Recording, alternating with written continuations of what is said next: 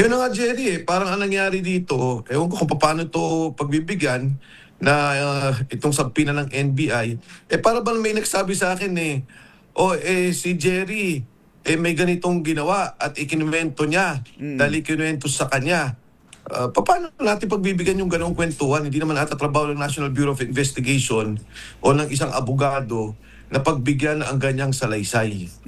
So, Dapat sana ginamit nila yung kanilang ahensya, pinag-aralan na talaga at tiningnan nila kung paano ito merong katotohanan. Pero yung kwento lamang na ibinahagi na ikinwentong narinig niya, parang hindi naman ata tama. so hindi mo susundin, hindi ka pupunta sa NBI, Kong?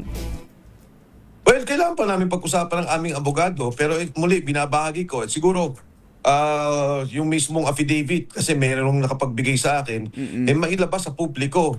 At tingnan ng mga taong bayan, no? Hindi lang namang abogado pero kahit na hindi ka abogado, maintindihan mo na yung kwento. Kaya yung sinabi ni Alan Lamarites, Speaker, Senate President Alan Cayetano, medyo may batayan yun. Talagang marites na marites yung dating nung pagkikwento na inilabas nila sa publiko o inihag nila at binigyang diin o binigyan nilang importansya. Teka, linawin nga natin. Ikaw ba ang tumatayong handler o leader nitong 18 Marines? Hindi. Actually, kasama Jerry, alam mo naman, nung umpisa pa lang lahat ng sinasabi nila, wala akong kinalaman doon. Sila yung mga nagsalita doon. Ang abogado nila is si Attorney Levy Baligod. Pero katulad ng binanggit ko at patuloy kong sasabihin, tutulungan ko itong mga taong to.